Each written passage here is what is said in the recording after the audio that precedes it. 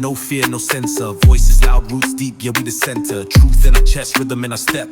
Cameras roll, we rep what's left. We don't fake it, no capping. We don't break it, no capping. From the block to the booth, to the world with the proof. When we move with the truth, no capping. All right, ladies and gentlemen, and especially my real followers and people who keep believing on no capping. It's your boy SMD the Boss. My name is Sonny Moses Daniel, and this is another episode of No Capping Podcast. This time is a little bit different from what we've been doing before, and because this time we have one of the most amazing voice on the mic. He's not just a musician, but also a songwriter. He's not just a Nigerian, but also a Romanian. I'm not Romanian yet, but the way you speak Romanian so fluently and effortlessly, I always think that you're a Romanian. I used to think that you were born here until I actually dig into you and I found out, oh, you were not born here, but you actually came here at your early stage. Yeah, I was so Please welcome Tobi Ibitoye. Thank you very much. It's a pleasure to be here. How you doing, bro? My Nigerian brother. How you doing? I pack. Before we go, maybe we could speak pidgin small so that everything will just come down. I've known you for some years now, Tobi, and a lot of people know who you are, but we are actually seeing that you are not just supposed to be known in Romania, right? You're African people, you're Nigerian people who you first represent or represented before any other culture, right? And these are the Nigerian people. And to your Nigerian people, you can just tell them you are here, so they know. Use Yoruba tell them, see, are you there? Ati deal. Ati Wamba, yeah. You speak Yoruba. So yeah, I'm a Yoruba boy. You will actually take me through your background, because when I checked you out and trying to get to know you even more better, I found out that everything Wikipedia, Google, or any other stuff had about you was the fact that you were born in Wuse 2, and then from Abuja you moved to Bucharest. Wuse Zone 4. Wuse Zone 4, okay. Yeah. Thanks for that correction. Actually, Wuse Zone 2. Zone 2? Yeah, Wuse Zone 2. I mean... Wuse 2 and Wuse Zone 2 will be the same thing. Okay, Wuse 2, okay. And when you actually came to Romania when you were when you were 15 or something. Yeah, But your name, if not for your name, with what I saw on Google, like what any other person would see, probably they would think you're from Northern Nigeria. But your name actually let me know that. Oh no, I'm Yorubani Tobi. Yeah, you are from the. I'm from Ekiti State. From the west, Ekiti. Yeah, I'm Ekiti. Please take me through that part. let me understand that part. So I was born in Abuja. I'm an Abuja boy, born and bred. But my parents are from Ekiti State.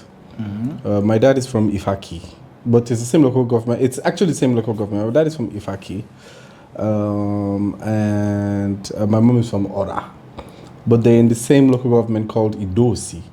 In Ekiti. In Ekiti, yeah. I've been there. That's where I learned Yoruba. My mom sent me at 7 years old. I remember my 7th birthday. I think my mother's youngest sister was getting married, and the notion was to go to Ifaki and Ora for the wedding. Okay. And then eventually my mom left us there for I think the whole summer. You know, with my grandmother. With your grandmother, yeah. I assume that already. I assume that. And my grandmom was my grandfather is a very, very kind man. He was a powerful man. Mm-hmm. You know, he was a chief. You know, so he knew his power and he used it very, very kindly. Was also a traditional man. Yeah, he was a very, very traditional man as well. You know, it was the hand of the king in the Game of Thrones. You know? Yeah, the one. Yeah, an advisor to the king. You know, so because of his powers and his influence, you know, he was very kind and warm and loving and caring, you know. On the contrary, my grandmother was a disciplinarian, you know. Yeah. And even if she knew vastly, you know, at least if you could have, even if you could have an entire conversation with her in English. She always preferred to speak Yoruba, you know. And that was the summer that helped me force the Yoruba boy out of me. And that's when I learned Yoruba, and ever since I speak fluent Yoruba.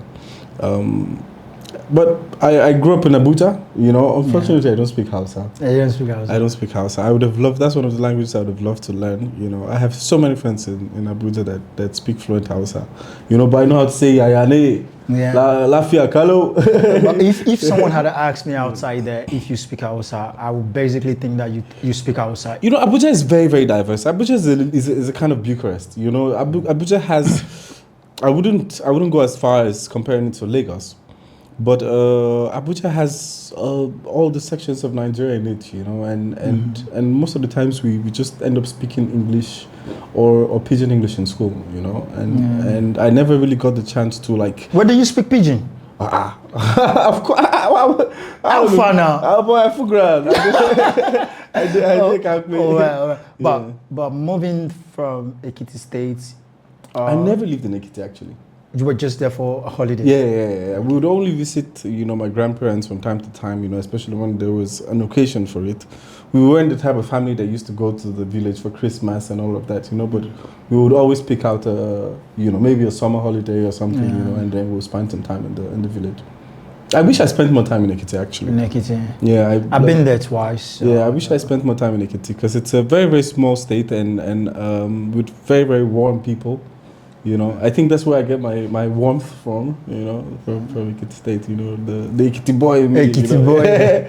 You love the pounded yam, yeah? Oh, yeah. It's actually every Ekiti does, right? It's actually my favorite Nigerian meal. Ekiti, but that is a signature for every Ekiti person. Yeah, I mean, I don't know that much about. But this is just the fact. Every Ekiti person, when you see them, the first thing you talk about is pounded yam. Yeah. Because when I was in Ekiti State, like every house there, it was all about pounded yam. They were always pounding yam. Yeah. And that was the first time in my life that, because I went with my grandmother, and that was the first time in my life being like a Nigerian that I would wake up in the morning and grandma would say, and the person we're living would say, we are going to buy pounded yam. Like, I said, grandma, pounded yam. Grandma, but even my grandma buy pounded yam. It's like the Igbos and Akpu. Yeah. Yeah. But most people actually actually think that pounded yam is also fufu, you know, especially Europeans. Yeah, I know this. If in all honesty, I know fufu as Akpu. Akpu, yes. That's what fufu is to me, you know. Yeah. But now there's fufu grish, there's fufu tuwo shinkafa. Yeah. You know, so people think that anything that you swallow, you know. But I mean, I don't want to debate their notions, but you know, I just know fufu as akpu. Akpu, yeah. But let's also look at, you know, growing up, having vacation in a summer break or holidays in the Ekiti State, and coming to Abuja. And then you were just 15 when you left Nigeria. Yeah. I know that in some interviews you've already said that during some interview you said you had a cultural shock. Yeah. You had a cultural shock when you came in. I actually, but you were with your parents. You were with your mother, your dad, or you only came with your dad? No, I came with both parents. I came with both my parents. Yeah. You came with your both parents. Yeah, I came with my mom and my dad. 2009, I think June or July. I can't remember precisely. I was just on the verge of turning 16. You know, I'd finished doing WAEC, JAMB, and NECO. Mm-hmm. You know. So apparently, you actually did your high school in Nigeria. So. Depends on what system we're considering. Because what we see online is that you did your high school in Romania. So high school as what I actually secondary school. No, wait. What I actually did in Romania is at least according to the English system called college. It's A levels. Okay. So in the Romanian system, it would be considered grade 11 and 12. Yeah. But in the British system, it's year 12 and 13. And 13. Yeah. So that's what I did. But in Nigeria, I did the full secondary school, junior secondary from 1 to 3, and senior secondary from 1 to 3. You know, and I took all the exams that I had. Unfortunately, I was too young because we got here just before I turned 16. Mm-hmm. You know, so I was too young to seek admission to university, and they made it clear to me that there's no chance in the world that the Romanian government is going to give me an admission to any university. So I had to spend another 2 years, you know, doing advanced levels, which I didn't mind because. I mean, I was 15. I was, you know, a kid. What I saw, what we now see is that Tobi Ibitoye, high school was in Romania. Yeah. You actually attended From high school now. We don't need secondary school ni high school wa na. One of change. Secondary school no ni na. A level ni wa kita she jams. Secondary school here is from grade 7 to 9. Yeah. Grade 7 and 8 actually. Here. Yeah. Okay. Grade 7 and 8 is secondary school. Primary school is 1 to 6. And then high school is 9, 10, 11 and 12. Okay. Do you understand? So I had like the last 2 years of high school actually. If That's I consider it, yeah. So it's, because it's like Romanian Wikipedia, a bit advanced from. Because Romanian Wikipedia, you know, having to explain all of that was the guy must have been lazy. I was like, no, he did his high school here, you know. But I didn't actually do high school. I just did the final. So it's a bit. You came in July, June, July, 2009. Yeah. And tell me how it was possible for you between that period that you were here and you finished your high school or something, and then you try to now. I know African parents. How was it for your parents when you told them you wanted to choose music, but you went to the University of Bucharest? But you skipped something because we're talking about cultural shock and you didn't get around it. Okay. So I was very young when I got here, and at that point in my life, you know, I was just like, you know, I had my clique of friends, you know. So there was this rebellious fury in me, you know, about leaving Nigeria, even if it was a very, very exciting thing. You know, it's like, oh, we're going to Europe. Oh, Europe's amazing. You know, but all the things that you learn, at least that I learned as a kid in Nigeria about Europe, didn't match when I got here. When you got here? Yeah, because Romania in 2009 was far from as diverse as it is right now. You know, it was, I mean, we were staying at Minerva Hotel in close to Piazza Victoria. You know, it's like in between Piazza Victoria and Piazza Romana. And this is literally the center of Bucharest, you know. Yeah. And we would walk on the street and I would get the stairs, the proper stairs, you know, like I don't think black people today, you know, get stared at. Like people just stand still. It's become almost normal, you know, like to be black in Bucharest, you know. But at the time it wasn't, you know, and I was very, very curious. But because we didn't, and at the time I didn't have any friends because it was again summer holidays, you know, and it made me very, very self-aware. It's like, why am I getting all this attention? You know, like what are they looking at? Yeah. Did you ever felt like this was embarrassing or something? Not necessarily. No, it was just the mind of a kid that couldn't just comprehend you know. But eventually, I got to meet, for example, at the time, I think Umba was his name, the Nigerian ambassador to Romania, you know, and then he was the one that started telling us stories about, you know, what Romania was like, you know, in the communist era, and you know, how golden the students that had scholarships to the University of Medicine were, you know, and you know, so he kind of rebranded the image of the views that I was getting from Romanians at the time, and it made me realize that it's not necessarily a bad thing. It's a good thing. It's okay because it's somewhat educating or sensitizing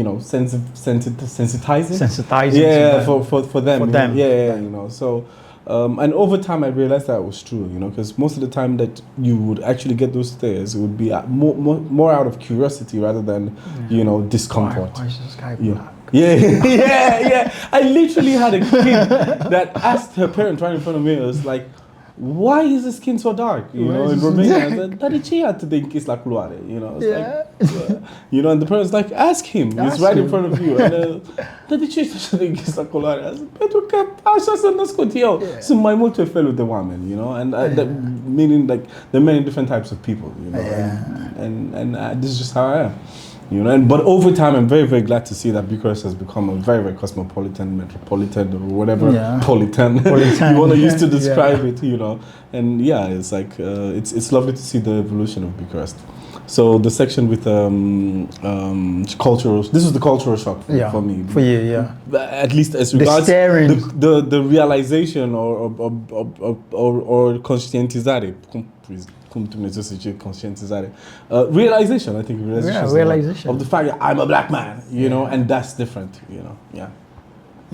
That's amazing, because I knew some people that actually came in during those period also. Yeah. And then they would tell me like what we went through, what you guys are going through now. You know, the way they say like what we've gone Back through in the days. back in the days. Tell me about back in the days. And like, this is it. Yeah. And then some of them said it was even difficult for them to even get accommodation. Yeah. Look, there's a whole spectrum to it, man. I mean, the skepticism in certain domains at that time was quite intense, you know. But at the end of the day, I think it falls down to who you are as a human being, you know. And I think that's the most important thing. If you emit, you know, good energy, good vibes, you know, kindness and warmth, you know, I think people will perceive that from you, regardless of whether you're white, black, yellow, or brown, you know. So I know that you've lived in Romania more than the years you've lived in Nigeria. Do you feel more Romanian than Nigerian right now? Look, in all honesty, I've had this question asked before, and and I'm the type of human being that doesn't feel anything. I mean, not that I'm feeling less, you know, but where I am is where I am. I'm really grateful for presence, you know, and I try to live a life that is, you know, focused on that, you know. I don't feel any more Nigerian than Romanian, or I'm not even. You just based at equilibrium. Yeah, you're Nigerian, you're Romanian. Look, I lived, for example, in America for 3 months when I did work and travel. You know, I didn't feel American or not American, or you know, it's for me these things don't matter. It's like so long as I can live a good life. A good life. You know, I'm safe. Safe environment. I don't do bad things to people, and you know, I don't get bad from people. I'm at peace, and that's more than enough for me. So it's not I'm as Nigerian can get. You know, I'm just a simple man. You're just a simple man now. Because when in your introduction you talked about Panda Jam, did you miss it, or you still having it? Like you miss Nigerian food entirely? This is gonna sound very cruel. I don't miss a lot, man. You don't miss Nigeria? No. Generally, I don't miss. You don't even miss Nigeria, brother. I don't miss things. I don't miss people. I don't miss. I don't know what is wrong with me. I'm probably gonna need some more therapy. Your emotions have to be built up. I'm a very passionate human being. Okay. Usually I say two things about myself. I'm very fortunate and I'm a very passionate man. Okay. You know, and I think it also makes sense, you know, because you can connect it to what I said earlier on about being present and living in the present, you know. So where I am is where I am, you know, and what I'm doing is what I'm doing, you know. And I want to make sure that I focus all my energy, my attention, and it's just the structure of who I am, you know. I put everything that is me into what I'm doing or where I am or what it is I'm living at that point in time. If I'm depressed, I'm depressed. You know, and I don't try to run away from it. I don't try to I gotta find a solution. You don't have that thing like you're Nigerian, you're not supposed to feel depressed. Bro. You don't have it? I'm just asking. Bro. The many things that were supposed to be and not be is as infinity can be, you know? But the realities of our lives are the realities of our lives. Some people go through... Dude, I'm sure the Nigerians living in Nigeria, even in the very midst of the notion that they should not be depressed, they're living the prime of frustration on a day-to-day, you know? So, but...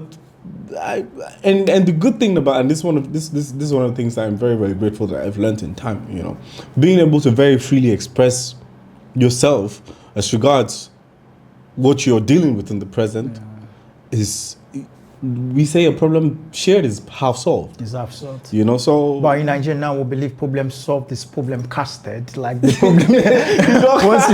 once you share the problem... I get you, yeah. You know? Yeah, I feel it. So let me take you a little bit back to when you came into Romania. Because I know that you came into Romania in 2009, and then in 2015 you were in one of your biggest stage, Voice of Romania. The I want to see, music career. How did you manage? Because I also know that you performed that song in Romania. Which song was that? One of your performances from Akasa with Smiley. Yeah. Yeah. You did it in Romanian. I prefer the song, a Romanian song. Yes, you performed a Romanian song, which was really amazing. And Thank you you. caught the attentions of everybody. I was Thank yes, you actually represented Ninja. That's the Ninja spirit. Yeah. But how did you build that? How did you build that commitment, that level of I want to be here, despite the fact that like, this is the way people were staring at you on the streets, just when you came in, and then between few years, you were able to master the fact that these people, when they look at me, this is why they look at me, and then you be to go to the stage, TV station now, that not just in Bucharest that they were watching, they were watching everywhere in Romania. How were you? How was it for you? Earlier when I said I'm a very passionate, unfortunate human being, or man, because now I feel like I'm a man, I'm over 30, so I might as well take credit for my manhood. And I think that fortune and passion has built for me a safe haven. First and foremost, I don't take things to heart as such. I'm easygoing. I enjoy living. I'm grateful for life and every moment that I experience. But the part I didn't tell you in the beginning about my story or my journey in Romania was that by the time school started, I started making friends. And I was making friends that weren't only Romanians. My school had kids from China and Turkey and America and wherever you can imagine. So it was a very, very multicultural and very, very diverse environment. But each and every one of them spoke Romanian, whether they were Chinese, whether they were American or whatever it is. So they would have inside jokes, and this was one of the things that caught my attention. They would have inside jokes in Romanian, and that made me very, very curious about, understanding, the language. Need, the need for that sense of belonging, was what really, really caught my attention. I was like, I'd love to learn this language, I want to be part of this, And we had the bits and pieces that we had in English as well, like inside jokes and so on and so forth, And eventually, when they started giving me one or two words, phrases, and so on and so forth, I would show up in a different environment, maybe church or neighbors or whatever it is, bragging with the little you've learned. Yeah, exactly, and that just made the whole process of learning Romanian very, very interesting. By the time I got to university, I was almost fluent in and then I had the opportunity to learn the Romanian grammar, for an entire year at the Faculty of Letters. So that helped me with writing and reading and speaking a little bit more grammatically correct and so on and so forth. So when I got to uni and then I think I was the second black student the university had ever had. And they had never had a black student that spoke Romanian at that level. So it just broke the door of separation, or I don't know how else to describe it. It opened the door, for me, and I started feeling how Romanians are naturally without having to think that they're next to a foreigner. Yeah. So maybe this is one of the reasons why even Romanians, say they fall into the same hole that you fell in, mistaking me for Romanian. I'm far from Romanian. I was like, I'm as Nigerian as it gets, But when I realized that speaking to Romanians in their language and understanding the culture, or not necessarily understanding the culture, but picking on the finesses, the fineness of the language, just really, really helps you break a lot of barriers, and the level of acceptance just skyrockets, and I think that was the defining factor for me when my parents were retiring and going back to Nigeria. The idea was to go to the UK to study because I did the Cambridges, So it's like, you're going to definitely get admission in the UK, But I went to the UK, I spent a few months there, and I was like, it's not your place. I'm not feeling this, man. Because it was the second time in my life in a very short... No, I wasn't even famous there. And you've not even gotten to Voice of Romania. 2012, this was 2012. I don't even think I'm famous now, So it had nothing to do with it. It was just it was the second time in my life in a very, very short period of time that I had to change environments. You know, and I'd done exactly the same process in Nigeria, completely unconscious, you know, because you just make friends because you go to the same school or you live in the same area or you go to the same church, you know. But now, you know, I'd done it again, but with a little bit of a struggle and with a little bit of a challenge, you know, it was a little bit more uphill, because now I had to like open up myself in a new environment and forget about the fact that, you know, I didn't get the chance to do my prom in Nigeria and to hang out and get high with my friends, you know. Right? So it was the second time I was like, oh, well, no, I don't want to do this again. You know, I actually want to go back to Romania and stay there, you know, and continue to build my life. And I really, really enjoyed the idea that I would be a student at uni, independent of my parents, you know, and building a life for myself, by myself, you know, and that independence was so inspiring for me, and that was how I chose. Okay, I'm going to choose to stay in Romania. And I literally went to the website of the consulate in England. I filled in an application. I paid for the application by myself. I made the trip from Birmingham to London for the interview of the visa, and I got denied. And that was the time I called my dad and said, "Hey, you have to come in. I need your help. You have to know, I step have in, to go yeah. back, you know." And then I didn't have to travel. Just send the passport and they gave you. I was like, yes, let's go back to Romania. Nice. So, at this point, when you go back to Romania, Yeah. what was that thing that triggered you, that made you think that, okay, me as a black guy in this country, me as a Nigerian, I want to go to this Voice of Romania. I didn't want to go to the Voice, bro. Okay. I didn't even know what the Voice was. Okay. Let me tell you the real story. I've never said this in public, ever. The real story of how I got to the Voice is exactly this. I was at a karaoke bar in Old City, okay? Me and my friend and I think my girlfriend at the time. And I sang James Brown, This Is Man's World, okay? And this lady walks up to me. I can never mention her name in public because obviously I cannot. And she looks at me. At the time, I'd busted like 6 phones in the space of 1 year. My father was like, "You're never having a phone," you know. So what I had at the time was a laptop, you know. And I used to take my laptop with me, and I would only communicate with friends and family on laptop whenever I had Wi-Fi around. You know, so I was sitting on the laptop, you know, and chatting on, I don't know, maybe Facebook or whatever it was at the time. I don't know. Anyways, you know, and this lady walks up to me, you know, congratulating me about, you know, the song I sang and so on and so forth. And then she tells me, you sang at the karaoke. Yeah, the karaoke bar. You know, karaoke for me was my drill. Like, if you wanted to take me out to a club or to do whatever it was, just take me to karaoke. Take me to karaoke first. Let's have a few drinks, and then when it's like 2 a.m. in the morning, I was like, "Come on, man, you're gonna have to wait another hour to sing another song. Let's go out." Let's go out. You know, and she walks up to me and tells me, you know, "Congratulations, you sang beautifully. You're gonna go to the Voice." I was like, "What is that?" You know, she's like, "Give me a phone." I was like, "I don't have a phone." She's like, "What do you mean you don't have a phone?" I was like, I have Facebook, I have Instagram, I have whatever it is, you know. And then the friend with which I was at the time, you know, gave her a phone number, and she stressed that guy out every day, so I could come for the pre-selections for the Voice. For Voice. Eventually, he convinced me, and we were like, okay, we were in Craiova, we were hanging out with John Bam. John Bam. Yeah, it was summer. You know, we were hanging out with John Bam. It was a horrific summer. It was one of them summers where I don't remember what president it was, you know, but he stopped the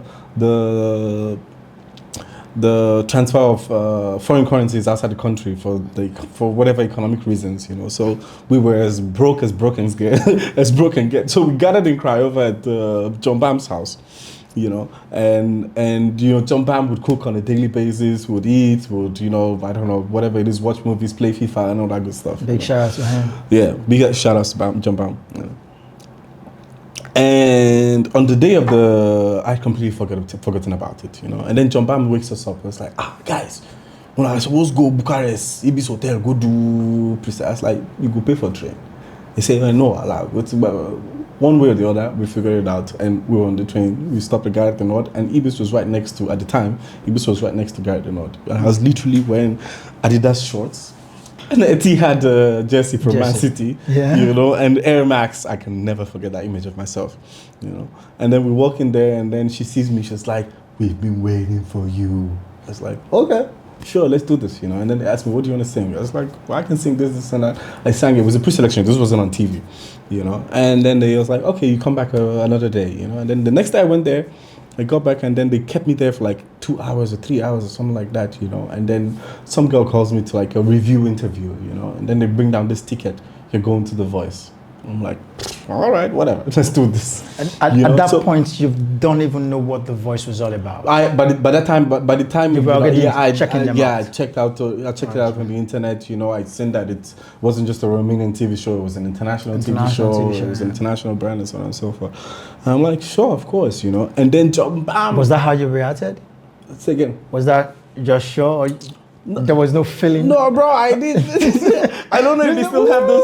No, I was just mad because I knew the girl, you know, she was a singer as well, you know, and I was somewhat of a fan of hers, you know. You know, I was like, oh, thank you. You know? But I think a few weeks down the line, you know, we were on the show, you know, and I sang, and John Bam had hit me in the head. It was like, bro, big smiley, big smiley, big smiley, big smiley, big smiley. And I was like, okay. John Bam knew the music industry. He knew Romanian music. I didn't listen to a lot of Romanian artists at the time, you know. It was 2015, you know. I was on YouTube and Apple Music, you know, iPods and all that good stuff, you know. And interestingly, the guy actually wanted an intern, which was Marius Moga, which was the only music producer I knew at the time, because he had produced a song for Maroon 5. You know, it was a huge thing for a Romanian producer to produce for Maroon 5, you know. And he did intern, you know. And then it was Tudor Krila and Smiley. I was like, okay, John Bam says Smiley, Smiley it is. Smiley. And that's how The Voice happened. I like, there was nowhere in my mind in the world that I would have thought about, you know, like doing music for a living. I was studying biochemistry, bro. I was studying biochemistry. You know, when I saw your academic background, I'm like, biochemistry. Yeah, music. Yeah, but that's a very, very Nigerian thing, isn't it? That's a very, very Nigerian thing. It's Jack of all trades. Yeah, master of none. Yeah, you know? I'm like, okay, man. But how did you feel when you got into after the audition, when you got into the house? How was it for you? Because the validation was intense. The validation was intense. I think that was when I started to realize that I had a gift that I was responsible to share. Yeah, I had to take ownership of the responsibility to share, and I think that's the essence of the existence of any artist, actually, you know, to owning up, just taking up that responsibility. It's like, okay, this is beyond me. It's I didn't work for this, you know. I didn't earn it in any way or form, you know. So why the hell not share it with the world? Yeah. And since after The Voice, because I know you came out as the second runner-up. Yeah. Right? Yeah. You came out as second runner, and then I saw something that your mentor was also in the house or something like that. Was it your Maria, something like that? Say that again. Was it your mentor? Yeah, Smiley. It was. Smiley was my mentor. Yeah, he was in the house also. What house? No, like he was part of the judge or something. Yeah, he was the judge. He was the guy. He was the guy I picked. So there were 4 judges, you know, and he was one of them. And then he mentored me throughout the time season. Were there, yeah. But while we were doing that, we were also spending, because he owns, I'm sure you've heard about Ha Production, which is one of the... I'm going to get there. Yeah. So he used to take myself and Michelle Kocha, big shout out to Michelle Kocha. Yeah. He used to take us and some other artists as well that were on his team.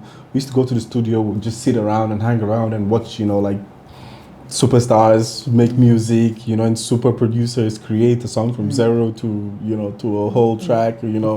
Like we watch some albums happen in real time, and we were just like, you know, the analytical process of songwriting and this and that, you know.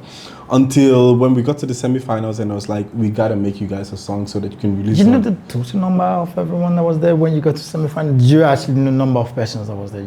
Bro, nah, man. Imagine through audition, man. Bro, you are a good singer. Thank you. You're a good singer. Thank you, I appreciate it. But I'm gonna ask you this: after The Voice, have you ever feel being boxed like from a Romanian perspective? Like that guy Tobi is a good singer. Or do they see you as a good black Nigerian singer, or they see you as a full artist? Have you, like, How That's do very, people very difficult. That's a very, very difficult question because I'm not in the mind of anybody else but myself. So, But you would definitely know, like, after then, what happened after then? what happened after The Voice was that we released the song that we worked on. You know, so on the night of the final, I had my debut single. Okay, Titled Miss You. which is Miss You, Yeah. which you released under the Haha. No, it was actually under Universal Romania. Yeah, Universal because Music Haha Romania. was a subsidiary of. No, Ha produced the song. Yes. But because of the licensing contracts of The Voice, which is owned by Universal Music Group, Romania, I was obligated to a 6-month record deal for getting to the finals with Universal Music. So my first contract actually was with Universal Music. Yeah. And they were responsible for distributing, you know. Oh, your song. Yeah, my song, the song that was released on that Which night. is 'cause Miss You. Yeah, which was Miss You. You know, but the first proper record deal that I had was with Haha Production, and that was I think for about 5 years. So that was 5 years because we understand that you moved to Uninvited Artist in 2018. Yeah, Uninvited was a subsidiary of Haha Productions. Okay. So Because I also noticed that one was also an independent artist coming together, you know? yeah, it was. So the idea behind Uninvited Artists was that Haha was focused on commercial music. No, commercial music. Okay. But at some point we realized that regardless how, I mean, at that stage I was in a point where I was trying to discover myself as an artist, obviously, and to discover what I had to say and what I wanted to say, and you know who I wanted to be as an artist, and so on and so forth. You know, so it was very, very hard. I tried a lot of things, you know, and some things worked, some things didn't. So they figured out a strategy to help us create a new. Because there was also the thing about credibility, you know, because how wasn't being credible? Like it was hard to believe that, you know, they would release anything other than the sound that people knew them for, you know, and the battle to re-educate the listener was really, really tough. So they created Uninvited Artists, and I was there with the likes of Valeria Stoica, Paul Damixi, Petra Acker, you know, some majors in the alternative industry, you know. Yeah. And it only made sense to do that, and we started picking up with a different sound, you know, like everyone was creating their own sound, and it was like a very, very safe space to, you know, just create and do whatever it is that you actually felt like doing. And at some point Return came into the mix as well, you know, and it was like a co-production that helped raise the awareness as regards, you know, those type of artists and the difference in the sound, you know, and on some level or the other, the alternative industry was revamped, you know. And today, Valeria is like super successful, and I'm so proud of her. I'm also so proud of you. Like, I'll take it. Let's have it. You know, from the very. Let's have it. Yes, I'm so no cap. I'm so proud of you. I appreciate it, man. Because sometimes I ask myself, and I'm going to ask you this question: knowing that we don't have a lot of visible black artists in Romania. Do you feel pressure like you're representing a community, you're carrying a community? Absolutely not. Why? Just because. No, I mean, I don't see any reason why I should put the responsibility of an entire community on myself. But do you think when they see you, they see African? Oh, can I be brutally honest? Yes. I couldn't be the least bothered. I mean, I appreciate everyone who listens to me and so on and so forth, you know, but I have no influence whatsoever on what their perception of me will actually be. And this is the beautiful thing about being an artist. I never create a song. Usually when I'm preparing to release a song, there's what you call pitching, and this classic list of questions that you have to answer, you know. And one of them is, what do you want the listener to feel or to get or to, you know, it's like, that's completely his prerogative. It's like, you know. But when you're in the studio and you're writing songs, these songs you're writing, because you're not writing for yourself to listen to it by yourself. Yeah. You're also writing for the public because people want to listen to your song. Of course. And when you release your songs on different digital platforms, it's because you want people to be able to enjoy it. Of course. So how they feel should be one of your problems, you know? When they listen to your song? Not necessarily. I don't mean to argue or to contradict. Okay, I'm just. But here's how I see it. I think the truth for me in any work that I commit myself to doing, especially when it comes to creating music or whatever else it is I'm creating, the two essential things that I believe must be primary are truthfulness, Okay. and emotion in its purity, and I feel like every piece of art that influences anybody, or that provokes any thought, or that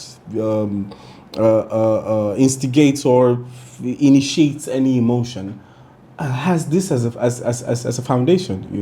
It's the process in itself is cognition, emotion, either way. Yeah. So you got to put what you're feeling face to face with your mind, and you have the what is this I feel question, and then when you design that picture, when you paint that image that you get, what anybody else sees or feels or becomes from that image is theirs to own.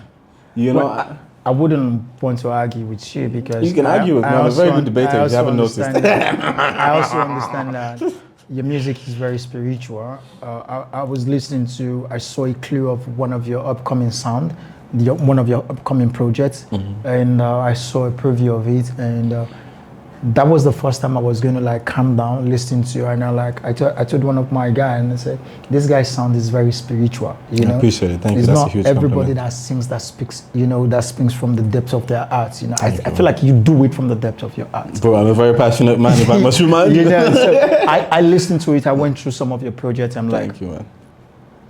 This guy is not supposed to be in Romania. It's supposed to be global. But I also understand you being here. But that takes me also to international collaboration.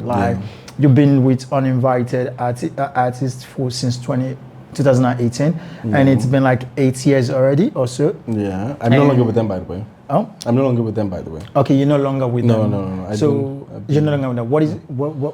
What is it for you? Because you were with them. Okay, let's say minimum of 5 to 7 years. 5 years, pretty much. 5 years. Yeah, pretty much. Because every of your digital prints still carry Uninvited artists. Not anymore. Not anymore. No, the ones that I released with them, yes, carry it. Yeah, but right now it's a different. It's a different. I'm not going to talk about my record deal right now. Okay, Forget so about it. I'm saying this. Okay, we your fans are going to know who you're representing now. So now, let's say this: you move from Universal Music Group to Yes. You moved to Uninvited artists. Was it that it came with bigger contract, bigger money, bigger endorsements? That was why you left.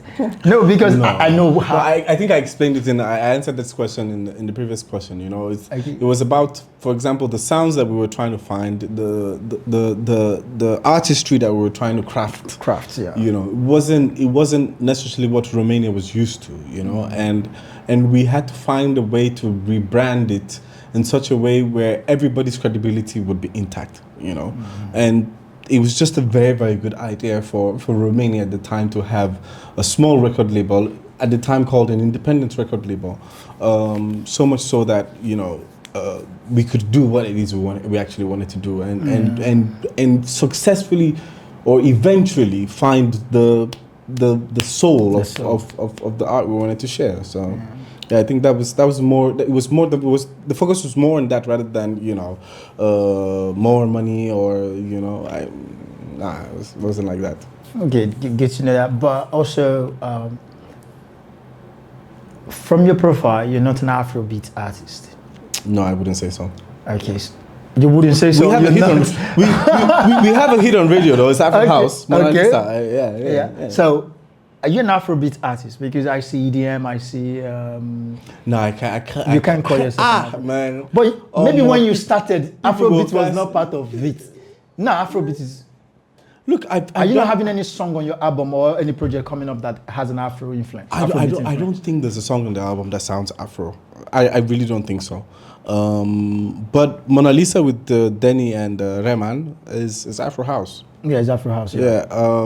I have exclusive. I have another upcoming track with Saguna and with DJ Sava as well. So yeah, there's some Afro House. Yeah, dude, I love singing, man. You love singing. And I don't think, love, I don't, the thing is, sorry for using my voice, Yeah. but I don't think that I sing enough on Afro songs, you know, Yeah. like I have a dynamic voice and a very, very diverse voice, you know, and I feel like I don't feel like I have so much to express, you know, and I cannot niche myself into one particular genre, you know, just because, you know, it's 2025. You don't have to be one. You have to be boxed. Yeah, you don't, exactly, you know. And But since you're not boxed, do you think you're doing any Afrobeat song? you just want me to do Afro? I'm gonna do Afro next year for sure. Oh, next year. Yeah, I'm gonna do Afro next year. For Okay, sure. you For hear sure. it first. I'm gonna do Afro here. So, I've seen some couple of artists in Romania have sampled Afrobeats. Yeah. Do you think this is to appreciate Afrobeat, or is just appropriation, or you just think because they appreciate Afrobeat, or it's just because it's just a trend? That's why they're doing it. I think it can be all of it and none of it at the same time. Okay. Does that answer your question? No. I'm kidding. No.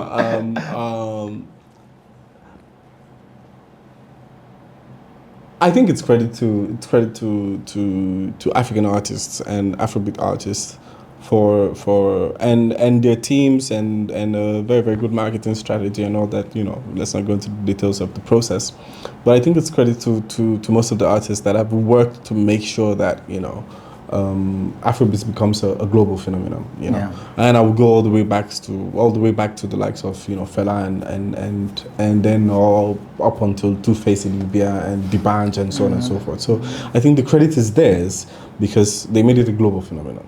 And once something becomes such a global phenomenon rather, you can't but equate it to the notion of trend. Yeah. You know, but I don't feel like they're mutually exclusive. I feel like regardless of the fact that it's a trend, there is also a sincere appreciation for what it is, because I don't think it would trend if it's not good.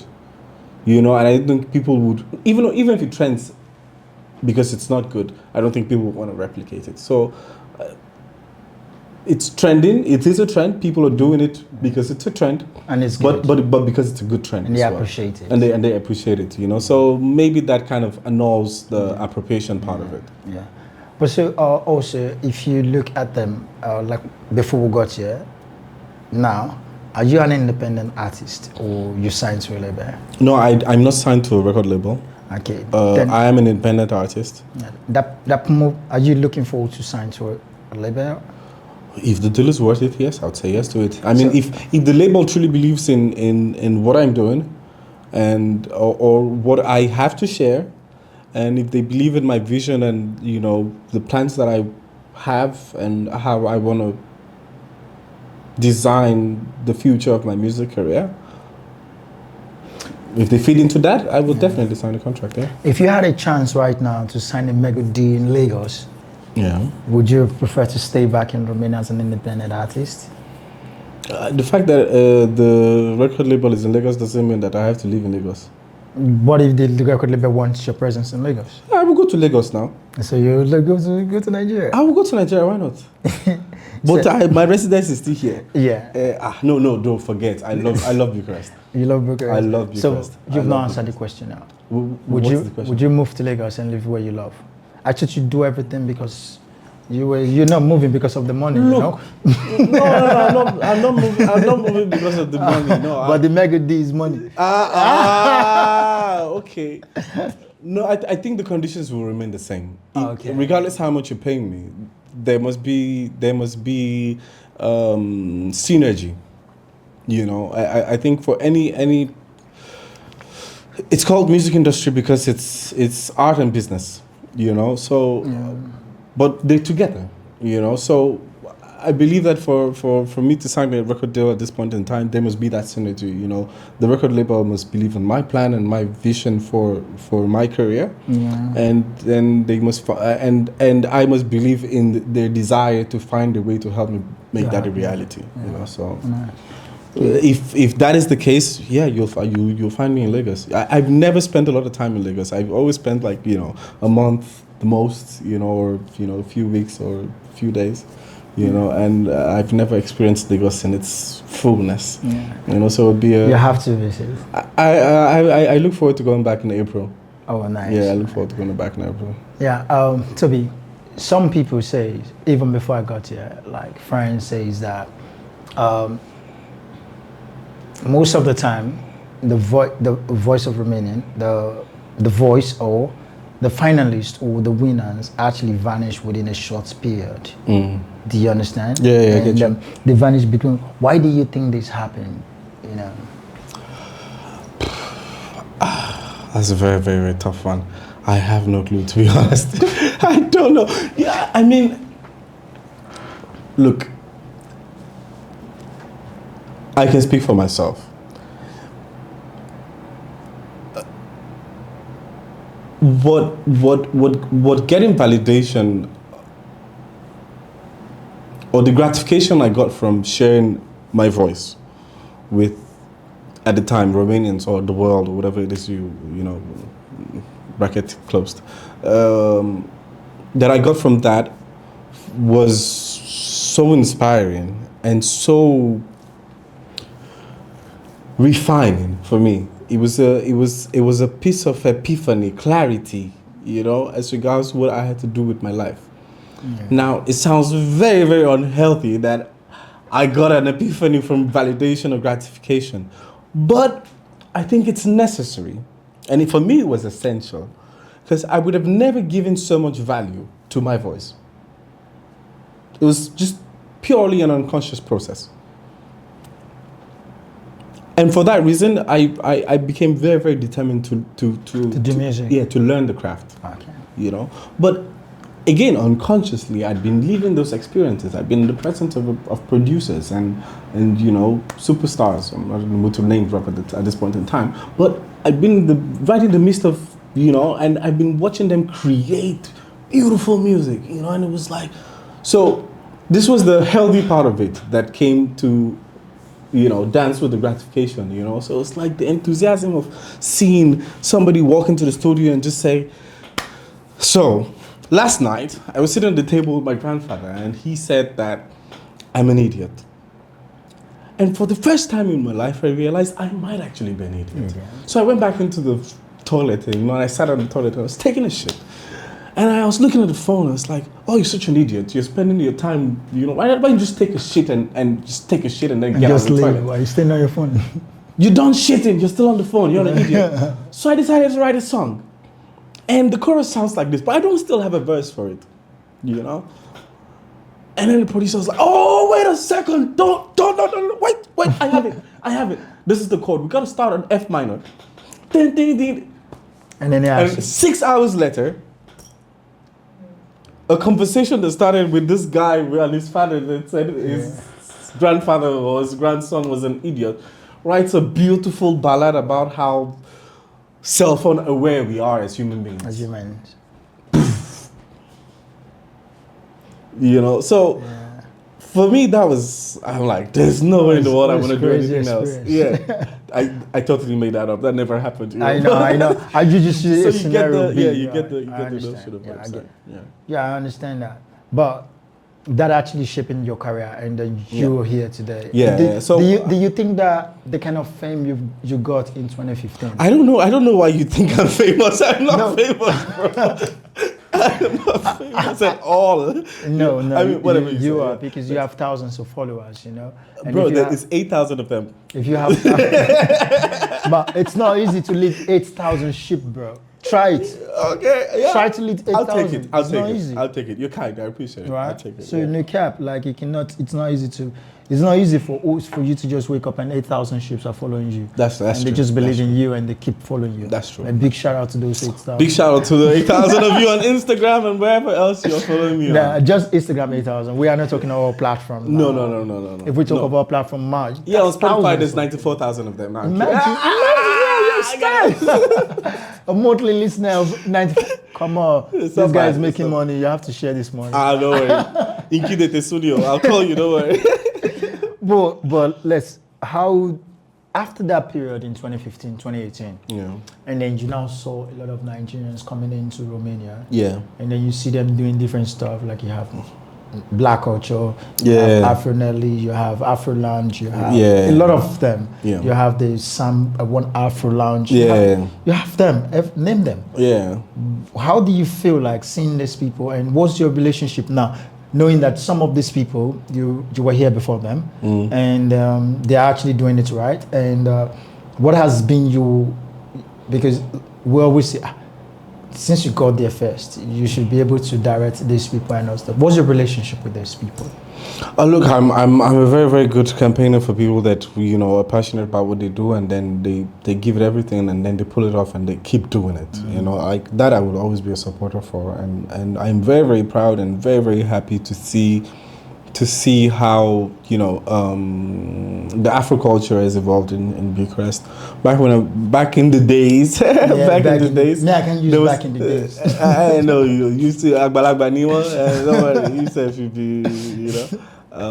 there was Malibu. It was a club called Malibu.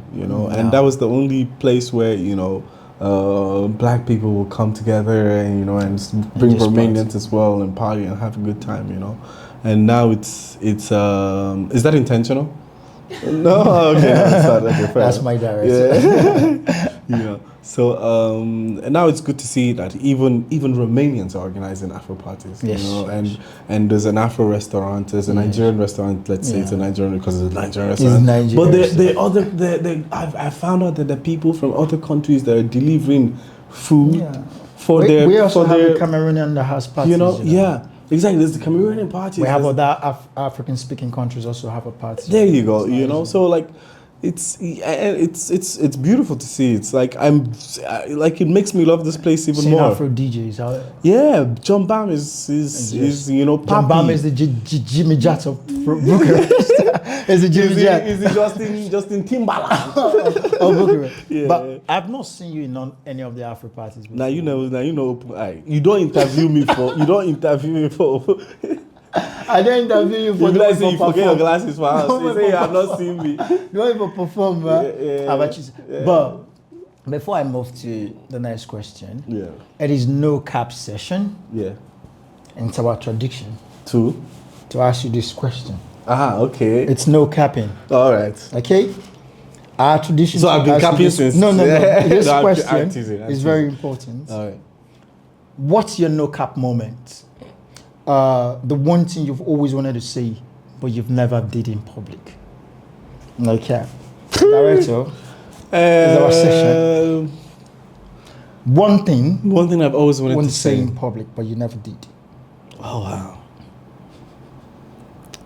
Now that you said it, there's nothing in my microphone. Come on, think. We have time for you. Yeah, we have time. Director, do we have time? We have time. We have time. Wow. Give me an example. I don't know. Not marriage. We have the database that you're married. No, I'm not married anymore. You're not married anymore? No. Okay. I'm actually divorced. So no, but a lot of people don't know this. Why do we see their business? Why is my personal life anybody's business? Because you're a public figure. Did you hear what you said before the word figure? Public. Yes. And private life. No, you are public and figure. They are the same thing. But doesn't mean that my private life is anybody's business. Okay, what makes me a public figure? What makes you? You sing for the public? Yes. You perform for the public? Exactly. You do everything for the public? And not everything, though. Everything. No, that's not true. I don't. Is it because we've not started? We've not started live streaming. Hold on Once we start our live stream, we'll come to your bathroom. I don't think I made my case for the public, though.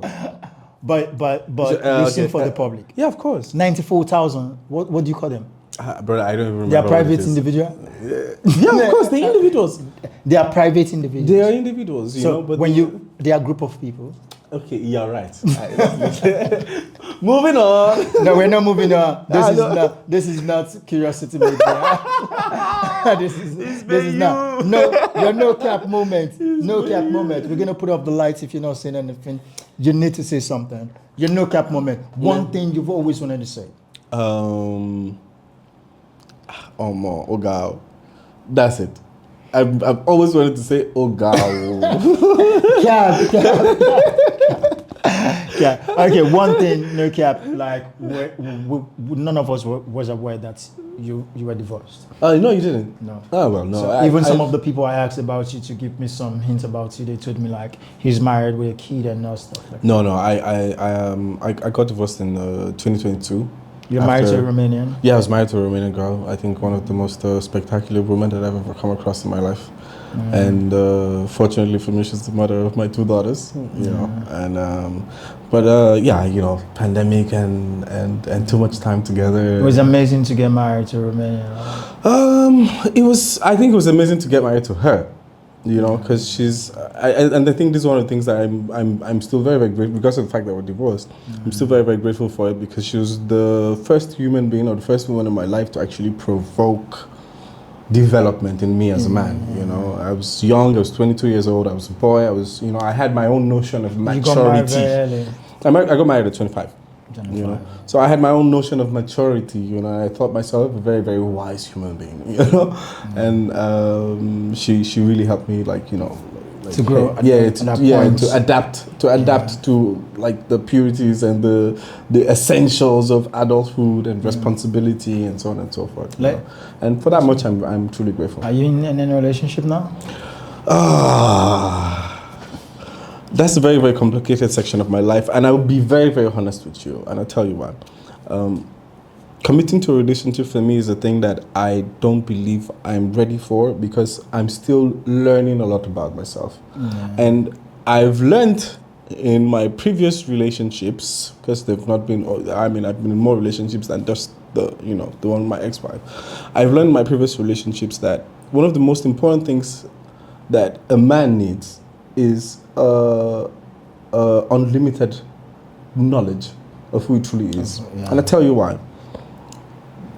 When I believe that if you're truthful enough with yourself and to yourself, you stand a chance to be truthful enough to somebody else. Sure. On the contrary, for me, I believed many lies. Many lies. And the process of unlearning or disbelieving those lies is very, very intense. You know, so I don't think I want to put a woman through the tragedy of going through that process with me. You know, so yeah, unfortunately, I just want to take my time with it. And I understand. Now that's a no cap moment. That's a no cap moment, confirm, and that's a no cap moment. I really appreciate you actually sharing that with us. Before we go, also. You are in Romanian, and let's say sharing the stage with artists back home, Afrobeat artists. It'll be a honor. And you listen to Afrobeat a lot, also. I actually like.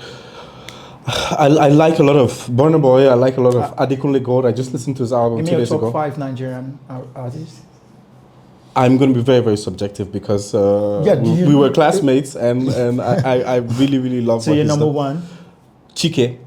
Because he's a singer, he's a proper singer. Yeah. He's a very good singer, and he has a very, very good voice, you know. Shout out.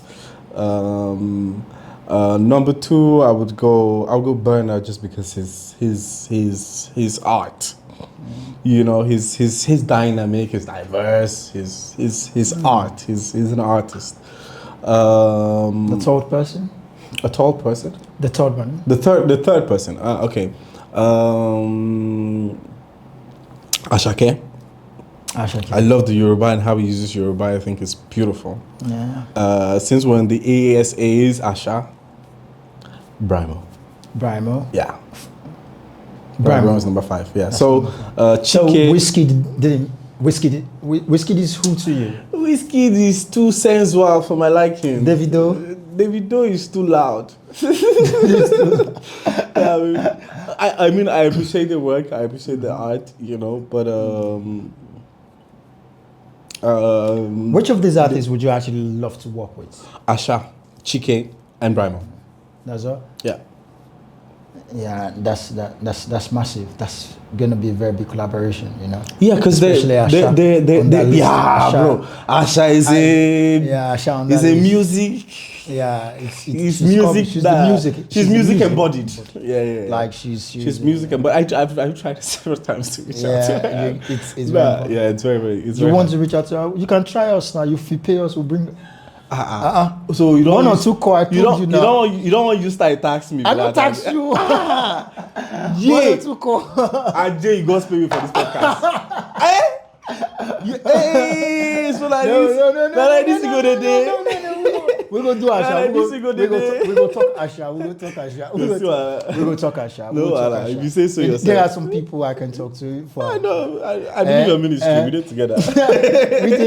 we did together. But for real, in Romania as a whole, and then you've been here for more than a decade. Yeah, 16 years. Yeah, you've been here for more than a decade. Yeah.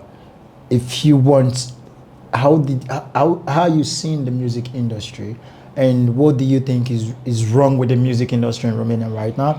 That you think like, okay, this is what's happening in Lagos, Nigeria, and then you think it should be fixed in the entertainment industry. Look, I'm going to be very, very honest here again, you know, and I think just verbalizing it is verbalizing the fact that I'm going to be honest is and no, my mind is playing tricks to me. Fuck it. Excuse me. Look, the music industry in Romania is on the up and up. That's a given, because first and foremost, as regards diversity and the amount of music and the quality of music that we're getting, it's good. I saw the collaboration between Smiley, Alex Vela, and Connectar a few days ago. There's a group, and I clicked the link, and I was like, oh yes, bro, this guy sang. They sang. It was beautiful, and it's like they sing and song.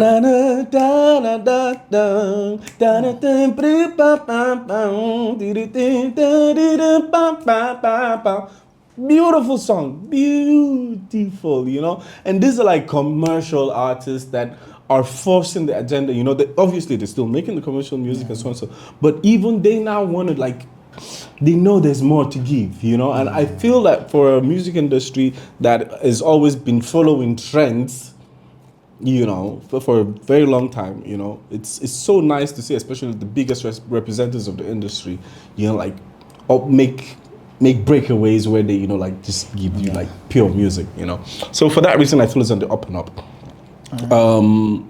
And what is wrong with it, or what I feel like could be better, you know, is exactly this, you know, like making sure that, you know, there are more trendsetters than trend followers, you know, and but fortunately, you know, that's changing as well, you know, like Renato is doing a lot of Afro, you know, and Connectar did a lot of Afro. Yeah, bro. Jazz is becoming more popular, you know, El Maduro with the jam sessions and so on and so forth. It's like it's good. It's good. It's very nice to see always. Before you go, I have 3 more questions, and then that will be like number 1 about the racism in Romania as a foreigner. Have you ever encountered anyone? Of course. But I tend to believe that people are good, bad, and ugly wherever in the world you are. You know, and Koloma Shoa make you say you get a chance to meet more good people than bad or ugly people. You know. You saw the video trending? No. About the owner Joy singing. I saw on the news, and I also had the link. Then I have to reach out to her. Joycey. What happens to Joycey? About she wanted to book a ride, and we also posted it on our platform. I haven't seen that. Then a journalist actually saw it. Big shout out to her, and because she also reached out, and then she saw it, and then she made a news from it. Okay. You understand now? And she tried to book an Uber, and when the lady got there, I don't know if it's one of the, you know, transports, and she got there, and the lady said she was not going with her, you know, and then I started speaking Romanian. You know, I really don't understand a lot of it, but it was just like from there was a racist session, and then she was really down throughout this period. So this is what I'm saying. Koloma Showa, like, make God they protect us, you know, because it doesn't matter where you are in the world, bro. Like, I spent so much time in Romania, and regardless of the fact that Romania was the first country where I realized and I brought to my own consciousness the fact that I'm a black man, racism with intention, bro, I have not seen it here. The worst case scenario is that they're ignorant and don't know any better. Yeah. But you can sense it, and I think you can feel it. When somebody wants to harm you or somebody wants to make you feel bad, just because they're not a good person, it's very, very clear. Yeah. You know. But usually, a lot of the times that, you know, somebody says the N-word to me, he says it because he thinks it's cool. It's cool, yeah. You know, and if in that moment I feel like, okay, this is somebody that maybe I could educate, just so he doesn't, you know, he gets the hang of it, I do it, you know. If I'm being honest, they're friends of mine that I call my nigga, and they're Romanian. Yeah. You know? So, as regards to Romania, I think we're very, very fortunate that we're not living in the UK, France, or in America. Yeah, I feel that also. And police don't ever brutalize you for it. No. You don't hear say police shoot black man for it. Do you understand? You don't hear say police arrest black man because just say in the whole steering. No. You know, so all these kind of things, like, brother, me, I'm happy where I am, and I'm very, very grateful. Yeah. But also, but I like my compliments and my compliments. Well, my condolences to. It's not condolences. To Joyce. Well, I mean, like, I send her empathy. Empathy, yeah. So, but what's your relationship with the Afro parties and all stuff, like being an artist and performing and all stuff like that with Afro events organizers? What's your relationship with them? Me, I like Sam, and I always support Sam. You know, Sam. most of the time when he invites me to come perform at a gig, I'm there. Yeah, there. My only problem with performing at Afro parties is people come there because they're expecting Afro music, and because I don't sing a lot of Afro music, it's usually a surprise that, you know. And sometimes I don't know if it's a good or a bad surprise, you know. So I have that skepticism, you know, to play Afro parties or Afro gigs. And when I'm free, I enjoy just going to, you know, vibe and, you know, enjoy a drink, you know, and chill with friends. Yeah. So it's just that I don't really have much time because I have a lot of questions. You still have questions? Too much questions. After how many hours? Too much questions. It's just that my director is already pointing to me that time as well. But before we go, what is next from me? Yes. What is next for you? What is that thing we should expect for you? 11th of November, the release of my debut album titled Fear to Freedom, 13 track. And thank you. After 16 years or 15 years? No, after 10 years in the music industry. After 10 years in the music industry, the first time. Is it the first, you're saying it's first year, right? No, I've announced it before. I announced it on Instagram a few days ago. Okay. And I announced it on TVR. Yeah, so wow. All right. So tell us about your next project. Fear to Freedom is my debut album. It's the story of my evolution and the evolution of the people that I care about in the past 6 years. You know, I've been working on it for about 6 years. 2019. So it's been 6 years. It's been 6 years in the work, and it's a it's basically the reintroduction of my artistry or my craft. You know, and it's me 100%, you know, and I'm very, very excited about it. The story tells itself, Fear to Freedom, you know, and I'm sure while listening to it, you know, you would find your own path, you know, or the meaning of that for you. It's very diverse. You're having a listening party? I'm going to have a listening party next week, actually. You're not inviting us. Of course. We're not invited. No, Cap is not invited. Have I uninvited you yet? Okay. You're automatically invited, of course. So it's been an amazing time being with Tobi. See, there are so many questions to ask Tobi. There are questions. We'll do episode 2 next year. There are those questions. You know, from that part, he said he preferred Romanian food to amala, the gigi jollof rice. That's what you're saying now. So you don't like jollof rice anymore? I love jollof rice, bro. I love jollof rice. I love fried rice. I love begiri. I love amala. I love egusi. I love ogbono. I love okra. I love brother. I love Ewedu. You know, I'm doing like Yoruba boy. Ewedu. So you're Romanian? No, I'm not Yoruba. Where you from? I'm from Edo State. Edo State. I'm a Romanian. I'm from Edo State. But for real, it was an amazing time, and it's still an amazing time. Meeting, dining, chilling, talking with Tobi Ibitoye. Thanks. Say Olusegun. Which one is the shit? Where did you get Shego from? It's Tobi Ayokunle. Ayokunle, yes, Yeah. I know Ayokunle is there. Yeah. So this is Tobi, and it was really nice meeting him. We still need to check him out. But first thing, guys, we need to listen to his album coming out on the 11th of November. It's called 11/11, and it's gonna be dropping. No, it's called Fear to Freedom. Oh, sorry, it's 11/11, like it's dropping 11/11. Ah, Then yeah, it's 11/11. 11/11. And I want to steal his job, presenter.